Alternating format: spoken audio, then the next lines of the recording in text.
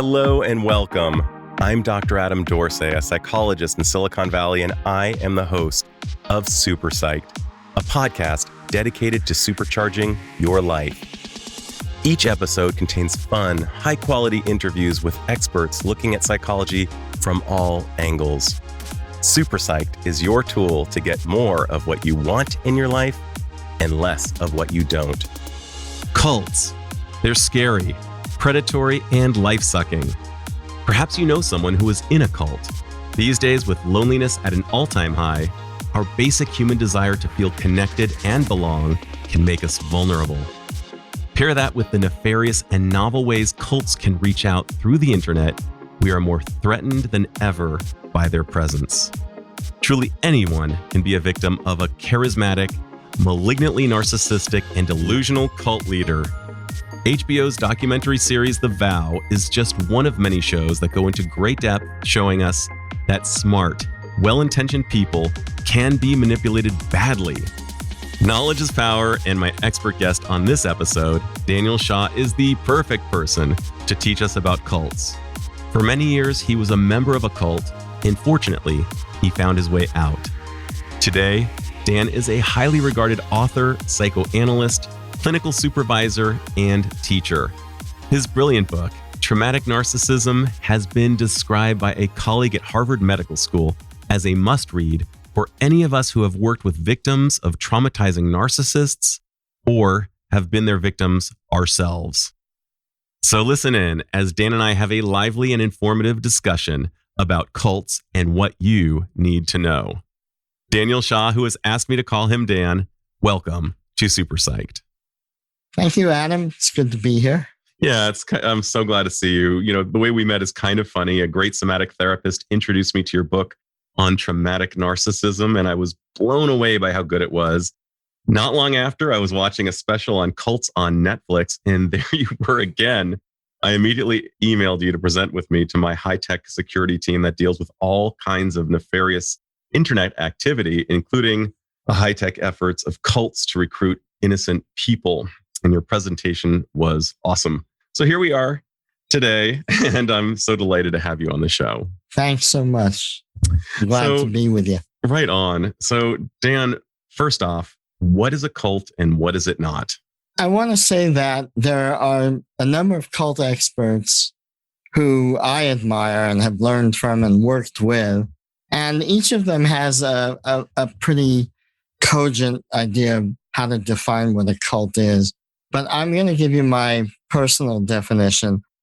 And it's a little different because it's, I think, based more on my particular perspective, which is that I think a cult is any group of any size which is dedicated to a mission that has been prescribed by its leader. However, the leader is somebody who is delusional about themselves, that the leader has what I call a delusion of omnipotence. They believe themselves to be superior, entitled, and all perfect. And when that kind of person is leading a group, it doesn't matter what they say the mission of the group is. The actual mission of the group is to continually reinforce the leader's delusion of omnipotence. So a cult is a group of people believing that they are on some kind of a meaningful mission who are actually in subjugation to a leader, and all their work is really just about making that leader reinforce his delusion of omnipotence. Wow. So it's a delusional leader, and the group is on a mission. They believe it to be good and noble, right. and they believe that this man is the omnipotent one. This man or woman. Right? Yeah. And what are some common misconceptions about cults? Well, that they always end in some horrific activity like branding of women on the pubic area, which is what NXIVM was doing, or, drinking Kool-Aid in Guyana, which is what Jim Jones did. Many, many cults exist where it never goes that far. What it and so the other thing about cults is that many cults have rings.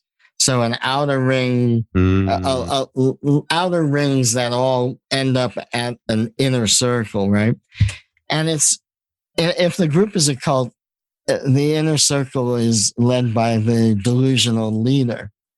Now, it's possible for rings extending out from that inner circle to look nice and feel nice and help people. It's possible for people to take helpful things from a cultic group if they remain at in those outer circles. But if you decide to bring yourself closer to the inner circle, that's where you'll see the abuse. That's where you'll see the exploitation.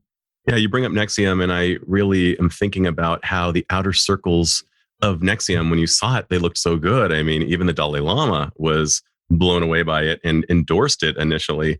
So I was thinking to myself, my God, I mean, had I been there, I too would have been vulnerable to the gravitational pull of it. And I'm wondering who is most vulnerable to join a cult. Well, it's definitely, there are a lot of different possibilities. So it should be clear. Well, I would want to make it clear that people from every level of society, from the wealthiest to the poorest, are susceptible if it's the right time and the right place. And what does that mean? It means that there is some kind of vulnerability for them that they are seeking help for. If it might be frustration in relationships or work, it might be addiction, or it might be other kinds of phobias, things that people are struggling with or worried about, that they are willing to find help for. And if that vulnerability is there for you and you're introduced to something by somebody that you trust, or you see something that looks good and you decide to give it a try, and you are taken in, because usually cultic groups have a charismatic element, a seductive element, you may want to pursue it, and you may find yourself experiencing something beautiful, something transformative, something transcendent.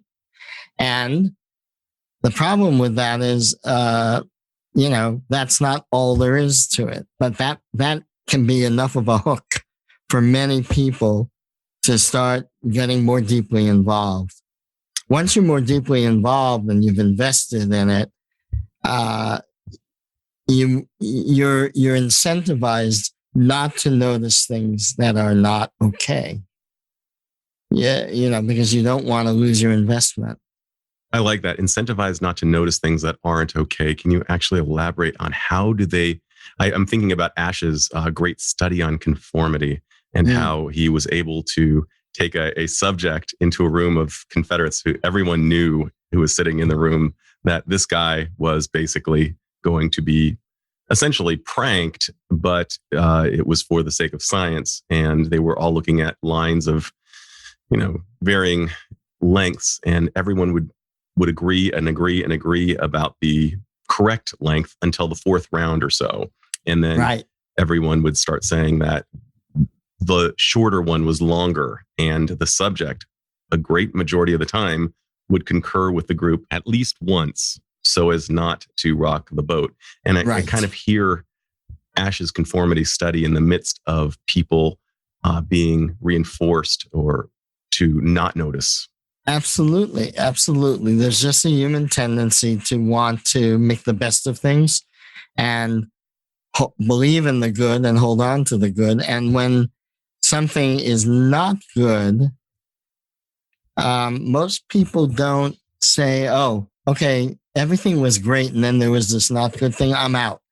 People say, wait a minute, maybe I didn't understand. Maybe it was me that didn't get why that was actually was good.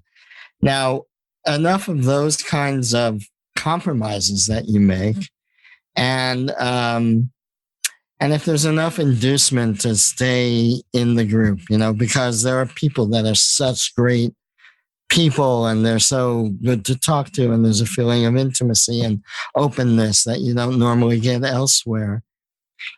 You start to you just are incentivized to try to what I think is the most insidious thing in cults is that ultimately it's not just that you're encouraged to overlook the bad, but you're encouraged to believe that the bad is coming from you. And Right. that's a hallmark of all cults. Can you elaborate on that? Because that comes from the idea of being accountable is such an important one. And yet it sounds like the idea of don't be a victim is actually used against the members. Exactly. The leader of the group, or the leadership, if it's not just one person, some groups have, hierarchy levels, right? And but basically, the leader believes delusionally that they are infallible. And it's very important that you also understand that the leader is infallible, because these people, I call them traumatizing narcissists, and the more sociopathic they get, the more malignant they are. They have to have constant reinforcement of their delusion that they are omnipotent, perfect, infallible. And it's so unstable internally within them that, the main mission that they're on at all times is to get you to submit to them and reinforce their experience of being infallible, their delusion. So it's going to be very important in a cult that if you are unhappy, if you don't like something, if you believe something is not right, it's very important that you be shown that this is a projection of your own internal corruption or deficit or flaw, and it is not an accurate representation of the reality. That becomes like the whole mission in some cults is in order for the leader to conduct whatever it is he's conducting in terms of his sexual exploitation, financial exploitation, and just simply abuse of power, however he's going to be enabled to go on conducting that at will, freely, without impediment, people in the group have to believe that he's always right and they are always wrong. You use the gender he, and I imagine, you earlier mentioned that it could be he or she, and yet the incidence of sociopathy, psychopathy, malignant narcissism tends to be very much overrepresented by males relative to females. Do you have a sense of the ratio between male leadership versus female leadership within cults? Well, I don't have accurate data, but anecdotally, what I can tell you, and this is based on knowing about many, many groups over a period of more than 25 years. Anecdotally, I could tell you that it might be a third female and 2/3 male that you hear about. And it could be a little more, but that's about right, I would say. Yeah, a little more toward male or more toward... No, I would say about a third female is right, because there are, over the course of time that I've been studying this, there have been many cults, small and large, run by women, but definitely more are led by men. And these days, preying on loneliness, which the former U.S. Surgeon General Vivek Murthy has identified as not just a problem, but in such epidemic proportions that it is actually a public health concern. So now that we are more lonely than we've ever been before, and now that the internet has so many tentacles, I'm thinking that it's a really great time to recruit new members for cults. And I'm wondering, what are the tactics used by cults to attract and maintain members? I think everything you said is correct, and I agree. And what I would say is that one of the most frequently employed strategies is to offer some kind of course of self-empowerment. So the use of the concept of self-empowerment is one of the most common things you see now in groups that ultimately become abusive and exploitative, whether they be small or large. And you see this a great deal in mostly female dominated wellness groups. Many of these are, become cult-like. Mm-hmm. And you also see it very much in yoga communities, although many of those are male-dominated. Sure. But they have female, females under the male leader. Sure. Are also participating in the abuse. So these are and of course, what we've learned in recent times is that so many of the American Buddhist communities, both Zen and Tibetan, have been covering up sexual abuse of minors, of women and children for decades. And that information has been coming out more recently. So these groups that promise transcendence or wellness or healing, let's just stop with healing, wellness, and transcendence. These are groups that are very unfortunately susceptible to the corruption of power among the leaders. So I'm just thinking about our nose and how we go into, we're led by our nose almost to go into this self-empowerment movement, and it feels so good. It feels so good. We feel connected. We've garnered new friendships. Yes. And the conviction it takes to override being complicit in a delusion is very, very hard for most humans. It's the rare human that is actually able to say, I smell a rat, I'm out. I'm wondering, go ahead. Oh, are you going to say something? No, I think it's true. And yet I know that when I was in Siddha Yoga, when Swami Muktananda was alive, and then I remained involved after he died and followed his successor, who's known as Guru Mai. When that group, before scandal kind of closed that group down to a large extent, it was extremely successful and popular.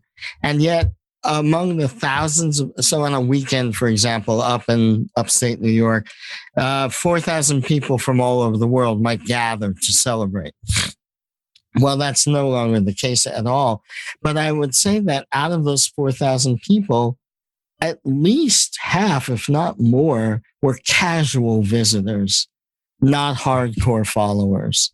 So, many people dive into these groups and say, yeah, I liked it. It was great. I enjoyed it. I had a great weekend, but I wouldn't want to get too involved because that worship thing was kind of creepy. Mm-hmm. There are really a lot of people who do decide they don't learn about the abuse and recognize that it's rotten, but they realize, I don't want to go that far, but I liked it. What I did, I liked. And so the group of people who get more deeply involved are the ones who find it the hardest to leave once they start seeing the corruption and the dishonesty, the cruelty. And every group will show you, the leader will show you ultimately, if the closer you get, you will see their cruelty and their dishonesty. You will see them intimidate, belittle, and humiliate people in the inner circle. And those will be that's my nutshell about how you know you're not in a good situation. Yeah. Okay. Nobody is teaching you anything or loving you while they're intimidating, belittling, and humiliating you. So you've basically answered my question, but keep going. And yet, once you've gone too deep into a cult, you are made to understand that being intimidated and belittled and humiliated is how you are going to grow and how you're going to realize whatever your goals are. But I'm saying nobody's ever going to realize anything while they're being intimidated, belittled, and humiliated. Yeah, I think that's a really good measure. And anything else that a person can do to cultivate their senses. But I'm wondering, how else could a person cultivate the ability to really notice? And what might they even tell themselves so that they can steal their conviction in leaving? Right. Well, I'll say this, these days, because of the internet, and this was when I left City Yoga, it was 1994. A year later, almost everybody had their own personal computer and everybody was on AOL. And I got on and decided to be a whistleblower. And that became the only other cultic group that had anti-cult activity back then was Scientology. And they were on an anonymous server and they got hacked and they got litigated into oblivion. But I blew the whistle on AOL and on City Yoga, and then others joined me, and we, eventually created a website for ex-members. So every group pretty much every group out there that is known to be abusive or exploitative has a website of former members who are blowing the whistle. So people can do research. It's not hard. You just look up name of group plus cult or name of group plus abuse. And if it's there, you'll see it. Now, not everybody believes everything they see on the internet. Probably that's smart, but at least you're being told, hey, buyer beware. Check this out carefully. So to answer your question, I think going into any self-improvement kind of project, one ought to do a little research and one ought to check in with themselves. Do they feel, do they feel like they're being intimidated or belittled or coerced? Now, here's the thing. A lot of us say we want self-improvement, and then a lot of us, start kicking and screaming that we don't want to, we don't really want it. We want it to happen to us. We don't want to do it. Right. So, there is a natural tendency to resist certain kinds of self-improvement things. So I think people need to, just continue to check it out. But if you do your research and you pay attention to your inner experience, and you notice the abuse, just take it for what it is. What's that saying? If somebody shows you who they are, believe them. I love that saying so much. And that's also been, that's a tough lesson to learn because you so badly want them to be who you wanted them to be. Exactly. What kinds of mental and emotional damage can cults inflict? Well, a lot, Adam. And I don't think this is commonly understood for people who have not had this experience. But a lot of people have had miserable, bitter divorces. So it's if you know what that's like, then that might be analogous. Uh-huh. A lot of people have had a horrible boss who drove them insane until they finally were fired or quit. People know what it's like to be in a long-term relationship where in the end you realize you've been abused and exploited. It's not that it's not so exotic, just because it's a cult situation. Cults do take things to the, to the edge and beyond. So cults do require of members a level of compliance, and a level of willingness to violate that is not always the case, even in an abusive social relationship. So I think that's one of the things that's most damaging. When you're deep into a cult-like group, you are not only being violated, in other words, your autonomy, your boundaries are being violated, but you're also being recruited to violate the boundaries of others. And when you realize that and you leave and you wake up from that, you have not only been violated, but you've been a violator. That is a tremendously confusing, painful, shameful experience.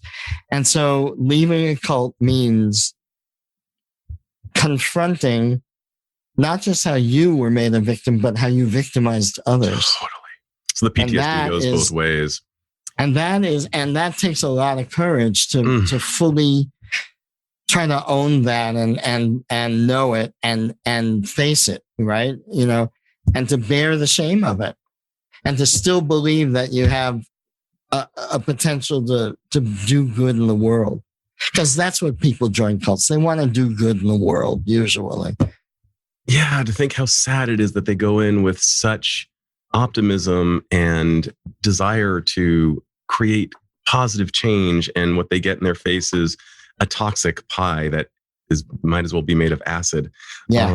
And I'm just thinking about, I've just started watching The Vow. One of the things I love about connecting with really smart people, a smart person said, you got to see The Vow. So I started watching The Vow, and it's all about the NXIVM cult. And I didn't know much about it. And you see some of the people who leave and how distressed they are over the harm they've caused to others. I'm going to pivot big, and I'm going to ask you the heartbreaker question that I'm sure you're always asked. And it's simply this: what can a person do if a loved one falls into a cult? Well, you used a very apt term, heartbreaker. What I learned once I got out of my cult, by the time I fully left, both my parents had died. And so it's a source of real sadness that they didn't get to know that I finally got out. They tried to maintain their love and connection with me throughout all of that. And they tried not to, batter me with criticism about my choices. But once I left, I was able to finally get out of my own head and realize how much pain I had caused them. And then as I began to work as a counselor, as a psychotherapist, and talk with parents of people whose adult child had cut them off because of occult involvement, and I could palpably experience how heartbroken they were. Most people who are trying to get a family member out of a cult are dealing with somebody who is already over 21. So there is not a legal means of extracting that person. And you're between a rock and a hard place as a family member or a loved one. You push too hard and you will alienate that person, and they will dig in deeper and they will cut off contact. You attempt to maintain loving connection, and you have to kind of swallow, your horror and fear and pain, and just try to bear it without showing them. And it's so difficult. Now, the one fellow who I think has really worked on trying to help families do this and really kind of, manualized it is Stephen Hassan in his latest book, Freedom of Mind. He really tries to help families and parents understand the ways that they can maintain connection and not cause further alienation. And if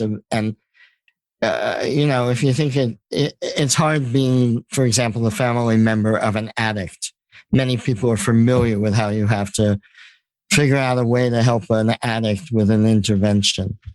Well, I think it's even harder with cult affiliation. It's hard for families to intervene without alienating completely. And I'm thinking about this as almost being analogous to a loved one who's in a relationship with an abusive partner. And the abused individual will say, well, you just don't understand. I mean, my partner's had so many tough runs in his or her life. And so they rationalize. And like you said, and if the parents go too hard and alienate, they may never hear from that person. So it's an incredibly painful thing to be with parents who have experienced this alienation. I've seen parents who didn't get invited to weddings, didn't get to meet their grandchildren. It's just heartbreaking. And you use that word to set this up, and that's exactly the word. So all I can say is that do everything possible to maintain connection rather than alienate, and never give up hope that the person who knows that you are a bridge to out of that cult, if they burn out, if they are abused to a point of total burnout and exhaustion or illness, which often happens, if you haven't alienated them, they know that you're there and there's a bridge they can cross to you. And sometimes that's all you can hope for. Now, I do want to say that many people do reunite with loved ones, but it's often a mystery as to exactly why or how, but it certainly does happen. Dan, as you're talking, I'm thinking about the great words of James Baldwin that were actually said on Saturday Night Live by Chris Rock. But apparently James Baldwin said, not everything that is faced can be changed, but nothing can be changed until it's faced. Right. And I'm finding myself thinking about people after a cult. How can they return to improved mental health after the trauma of leaving the cult, after feeling the sadness, the grief, just everything that the loss of community? How do people face it so that they can return to perhaps a better place emotionally, and perhaps stronger than they might have been? Well, people are different, and some people. First, I have to say, James Baldwin is an alumnus of my high school, DeWitt Clinton in the Bronx. And he was there before me, though. I'm very proud of that. So people leave differently, and some people actually make a clear break and understand, what happened, and become fiercely determined to advocate for themselves and for a good life. Other people are struck by panic attacks, social phobia, depression, and so there's really a range from incapacitating fear, depression, phobia, and tremendous resilience. There's really that whole spectrum of how people leave. What I would say is this: that many people, you mentioned the vow and NXIVM. I worked with probably more than 20 people who left that group in the last several years. And what was extraordinary for them is that the main whistleblowers and a number of others who were supporting them went immediately into activism to try to bring the cult down. Typically, cult experts will tell you, don't do that. You need to take care of yourself. You have PTSD, and you don't even know the damage at this point. You don't understand how much your mind is still, dealing with the training that you haven't fully left. Cult experts tell people who leave groups, focus on self-care, focus on recovery, understand you've been traumatized and you will have PTSD, and get help. But, in the case of those who left NXIVM, they broke all the rules and they went straight to activism, and they succeeded, which is very rare, in bringing down the group and putting the leader in jail. So, and to them, I can tell you that all of them are seeking, having done what they did, they brought the cult down.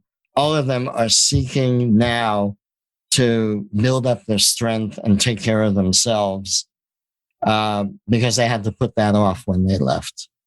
Others who just don't get involved in bringing their cult down or activism just have to take a pause and take care of themselves. They need to restore health, physical health, mental health, spiritual health. So, getting good help from a therapist, either one who is knowledgeable about cults or just a therapist knowledgeable about trauma. But certainly the knowledge of trauma in anybody you speak to is important. And again, when you go to a therapist after you've left the group, you won't want to, you may have a very hard time trusting that anybody who's there to help you isn't also going to exploit and abuse you. I would think. So you have to have a therapist who understands that and is willing to help work through that with you. So there's a bit of a gauntlet, for people who leave cults in terms of getting help. But I know most people who have left have finally been able to work with somebody who really did help them recover their resilience and recover their faith and their hope in having a life worth living. So let's go to the term commonly used as brainwashing. What is that? Yeah.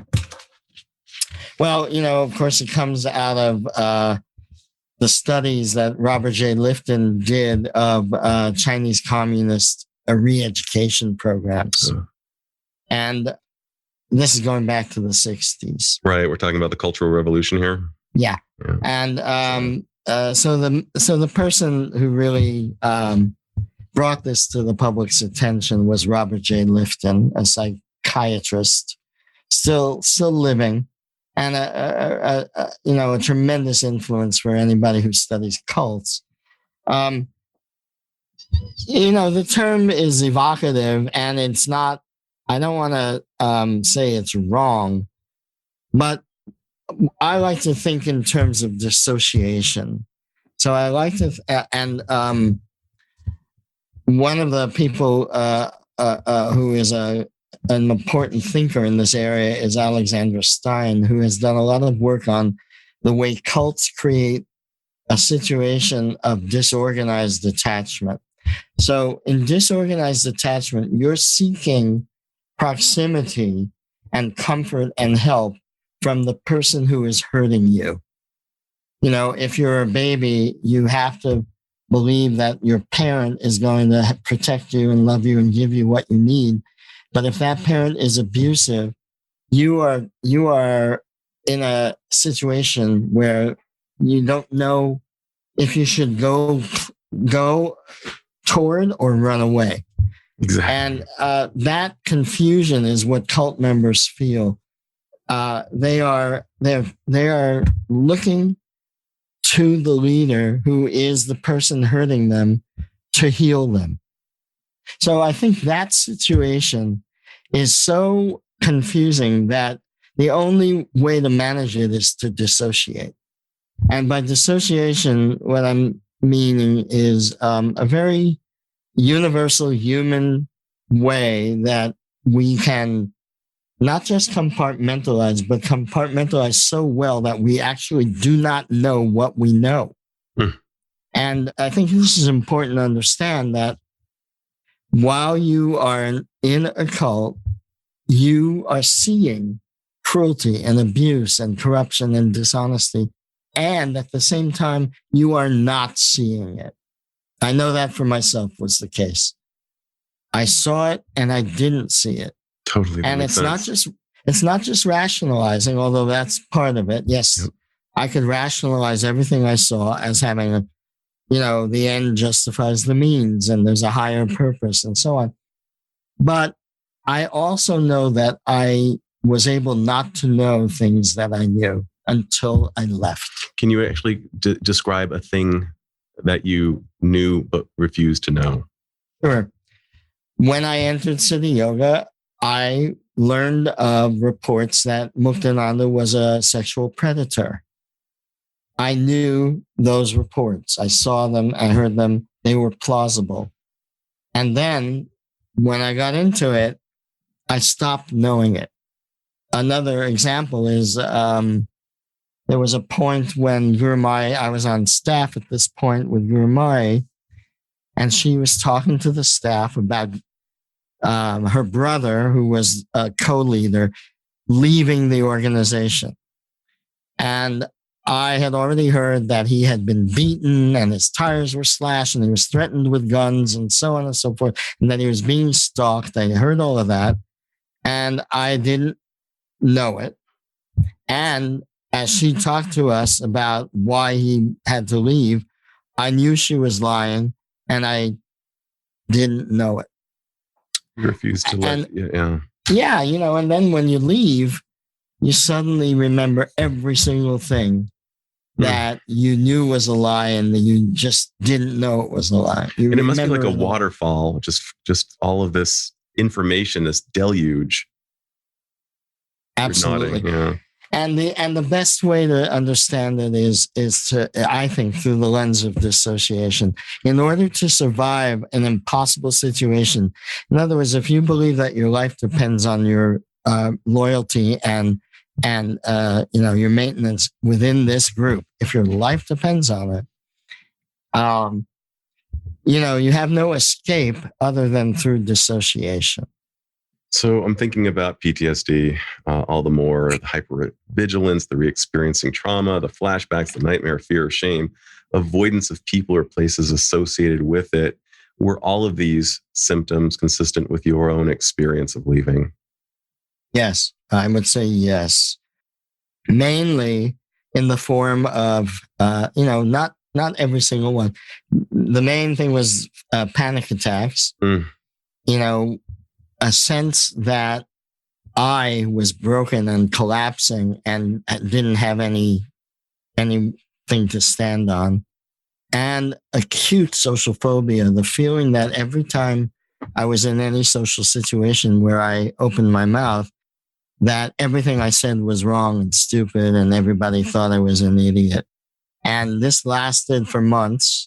I was in therapy quickly after leaving, and it was good therapy and it was helpful. Mm-hmm. But those were the main symptoms I had. Other people have nightmares. Other people who were more severely abused, especially women who had been abused sexually in childhood, will actually experience more severe symptoms, including complete psychotic break, hospitalization, suicide attempts. All of those are other symptoms that I have known and seen and worked with. I'm thinking about one of the things you said, which was feeling stupid. And I'm guessing that was at least in part a byproduct of knowing but not knowing and being abused for your intellect. And so you were constantly questioning what you knew. And then I think about this massive pendulum in your life. You've written a book on intersubjectivity, a multi-syllabic word that most people would have difficulty even understanding what it means. So it seems as though part of your healing path was reintegrating your intelligence and re-owning it in a really massive way. And now you've become this erudite speaker, author, therapist who is using his brain for real good. I'm wondering, is that consistent with part of the healing process that you engaged in? Well, thank you. Thank you for saying all that. And what I can tell you is that when I moved out of the ashram, I could barely speak or think. Oh my goodness. I was what is commonly known as a basket case. I had fallen apart completely. And It took me about a year of, I had to make a living. So I was temping in law firms as a word processor. And I was in therapy. And little by little, I began to find myself. I had friends that I hadn't seen in 13 years when I left the ashram. And one of them lived in the neighborhood I was living in when I left.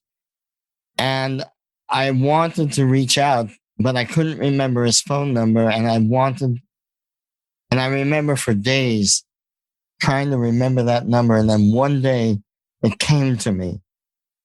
His phone number, my friend John, his phone number came to me. And literally that morning, as I stood out in the street, he rode by on his bicycle and we reunited, and we're still, his daughters were bridesmaids at my wedding. Not bridesmaids, flower girls. And,